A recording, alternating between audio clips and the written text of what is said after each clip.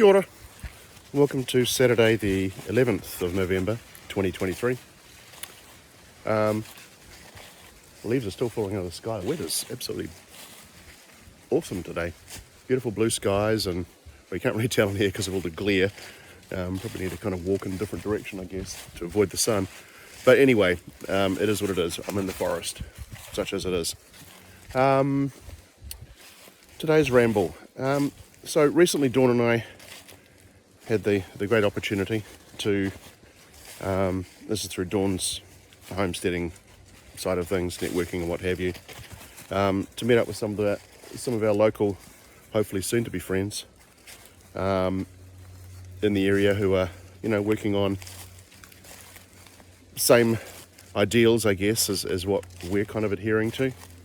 And since we're all in the area, the thought was that we should, get together and form the term is a tribe, but that's coming from New Zealand. That's kind of ironic with our Maori legacy from our colonies and colonial side of things. But anywho, but we caught up with them, and I'm not sure how to put this into words. So one of the things with having people who are, I was going to say, fiercely independent, who just want to just get on with life and not be interrupted, and not be bothered by all the bureaucracy and politics and just the rubbish that's kind of going on, is we're all kind of very disparate. We're all over the place. And to find these like-minded individuals and then just stay in contact with them, or at least be in a position to help each other out, very, very difficult. So you come to a sense of community, and I guess one of my long-term thoughts with this homesteading thing, and I've talked with Dawn about this at length, is it's fantastic having frequent festivals, conventions, get-togethers, all that sort of thing. And, obviously we have online communities, Telegram, MeWe, all the usual kind of suspects, Facebook, whatever. People can communicate that way. But it raises the question of, there are a lot of people who want to join these communities because they know what's going on. And they want to make sure that they're kind of able to support themselves better. So there's a genuine interest, and there's an interest in helping those people out as well. So anyway, in a long roundabout sort of way, I'm talking about what I call loosely coupled communities, and how you kind of connect these things. But on the concept of community, and I'm going to keep this short because we're actually about to go out and take a drive to go and catch up with them. We have, situations in cities, or even small towns or large towns. There are people who basically pretty much live in the area and have done, for ages, who, don't know people. Large cities in particular, with the way that people kind of come and go, or just they're just there to get on with their lives, and it kind of generates I've got dogs running around. It generates a lack of contact, or I don't know. I can't think of a word in this ramble to kind of fit that. I have to mull on that some more. But my point is that when it comes to community and people wanting to join a community, there's a lot of intent, and we talk about the intentional community.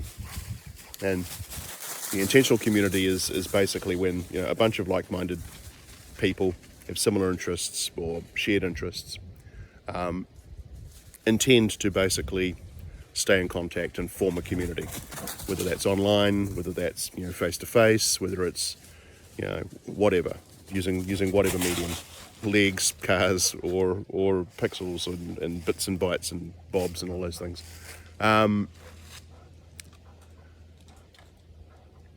So that's but I don't know that that's an intentional community. I think that's more of an intent to form community, and the two things are not the same.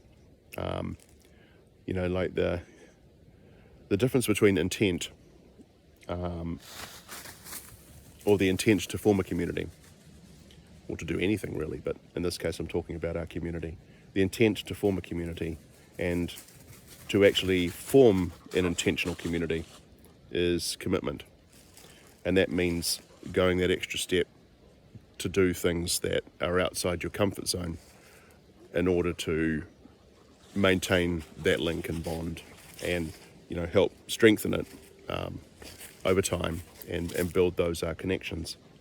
And that is where I think a lot of people maybe don't quite get it. And this is not just related to homesteading. This is related in a lot of different areas. You get a lot of people who are well-intentioned. The path to hell is paved with good intentions. Maybe I shouldn't throw that in there. Are very well-intended, and genuinely well-intended, but don't make that commitment. Don't go that extra step. I'm guilty of this a lot. So by all means, this is not a slight on people. But if you're serious about building a homesteading community, and we'll leave it at that for this exercise, just bear in mind that while you may have the best intent, you may start strong, and you have the best intent, and you're genuinely interested, and you feel that you want to do this. That's only part of the journey.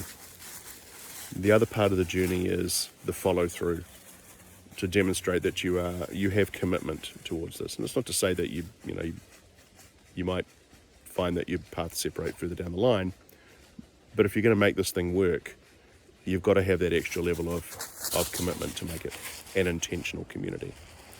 So I'm not quite sure if I explain myself well here. There are a lot of people who, like I said, are interested in doing this stuff all online. They want to ask questions, and they want to, be part of something that they think is bigger than than it actually should be. And their intents are good. Their intents genuinely are good. They're there to seek information, and they're trying to seek out their people, I guess. That's only part of the journey. That's only part of the job. So you need to put something back in, and you need to, look for that level of commitment that you can basically provide. And that's the glue that basically cements the community together. Again, whether it's loosely coupled, disparate, distance, whatever, close, suburbs, and so forth, you've got to make that extra effort.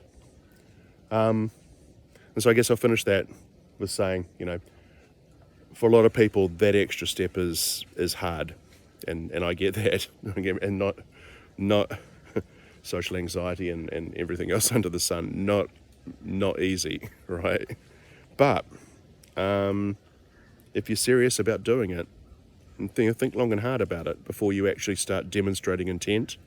Think about, am I actually prepared to go that extra level further? Otherwise, you're just another wannabe, and I mean that in the nicest sense. Anyway, hope you have a great day. Enjoy your Saturday, wherever you are, and chat again tomorrow.